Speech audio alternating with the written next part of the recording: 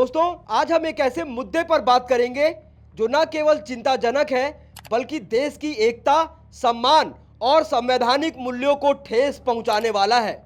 मध्य प्रदेश में बीजेपी के नेताओं द्वारा बार बार दी जा रही विवादित बयानबाजी ने एक बार फिर से सुर्खियां बटोरी हैं।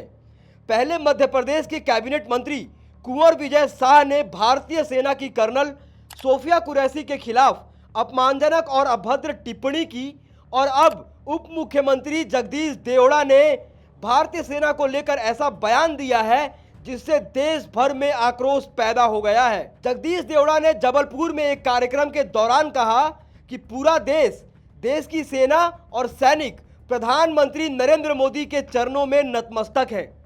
यह बयान न केवल सेना के शौर्य और स्वतंत्रता का अपमान करता है बल्कि यह भी दर्शाता है कि भाजपा नेताओं में संवैधानिक संस्थाओं के प्रति कितनी सम्मान बची है। भारतीय सेना जो देश की संप्रभुता और संविधान की रक्षा के लिए जानी जाती है, उसे किसी व्यक्ति विशेष के प्रति नतमस्तक बताना बेहद ही निंदनीय है। पूरा मामला बेहद ही गंभीर है, तो वीडियो में अंत तक बने रहिएगा।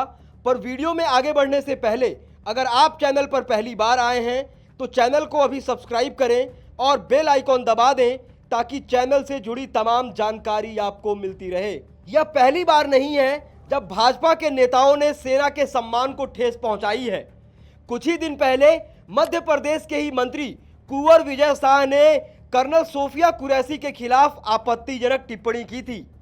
मंत्री विजय शाह ने 22 मई को महू के रायकुंडा गांव में आयोजित सार्वजनिक समारोह में कर्नल सोफिया कुरैशी के खिलाफ अपमानजनक भाषा का प्रयोग किया था। इस कार्यक्रम में मंत्री शाह ने पहलगाम हमले का जिक्र करते हुए कहा कि जिन आतंकियों ने पहलगाम में लोगों को मारा उनसे कपड़े उतरवाए, हमारी बहनों का सिंदूर उजाड़ा, प्रधानमंत्री नरेंद्र मोदी ने उन्हीं की बहन को भेजकर उनकी ऐसी तैसी करा दी।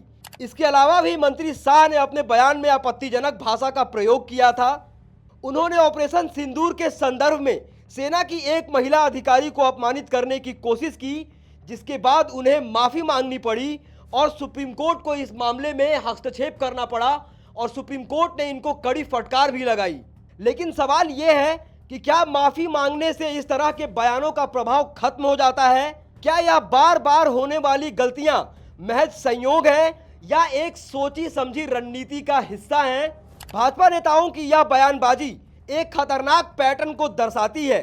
पहले विजय शाह का बयान और अब जगदीश देवड़ा का यह दावा कि सेना नरेंद्र मोदी के चरणों में नतमस्तक है, यह साफ करता है कि पार्टी के भीतर ऐसी मानसिकता पनप रही है जो सेना जैसे संवैधानिक संस्थानों को राजनीतिक लाभ के लिए इस्तेमाल करना चाहती है। भारतीय सेना का सम्मान और उसकी स्वतंत्रता हमारे लोकतंत्र का आधार है। सेना किसी व्यक्ति, पार्टी या विचारधारा के प्रति निष्ठा नहीं रखती, वह देश और संविधान के प्रति समर्पित है और पूरे देश की रक्षा करती है।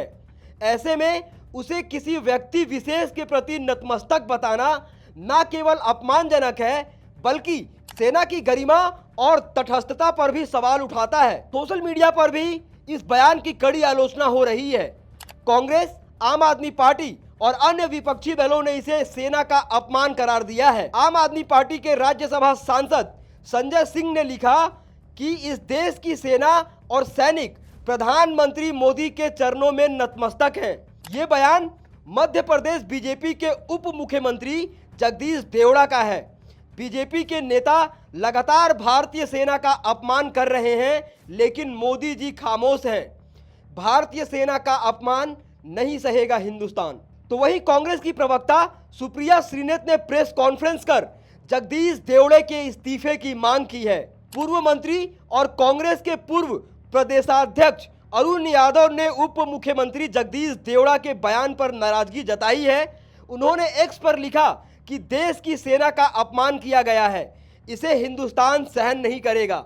इस बयान से भाजपा की सेना के प्रति सोच उजागर होती है। यह भी सोचने वाली बात है कि भाजपा के भीतर ऐसी बयानबाजी पर कोई भी ठोस कार्रवाई क्यों नहीं होती है।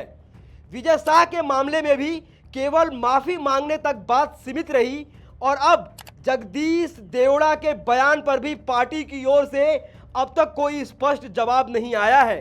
क्या यह इस बात का संकेत नहीं है कि पार्टी ऐसी बयानबाजी को मौन समर्थन दे रही है?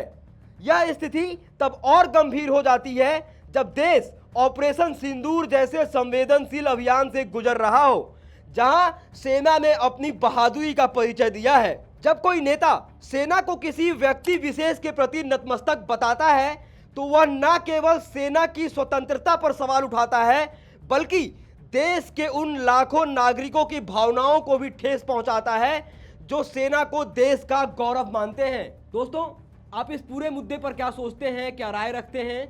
अपनी राय टीका टिप्पणी कमेंट बॉक्स में ज़रूर लिखें। बाकी ऐसी तमाम खबरों के लिए देखते रहिए देश नीति। धन्यवाद।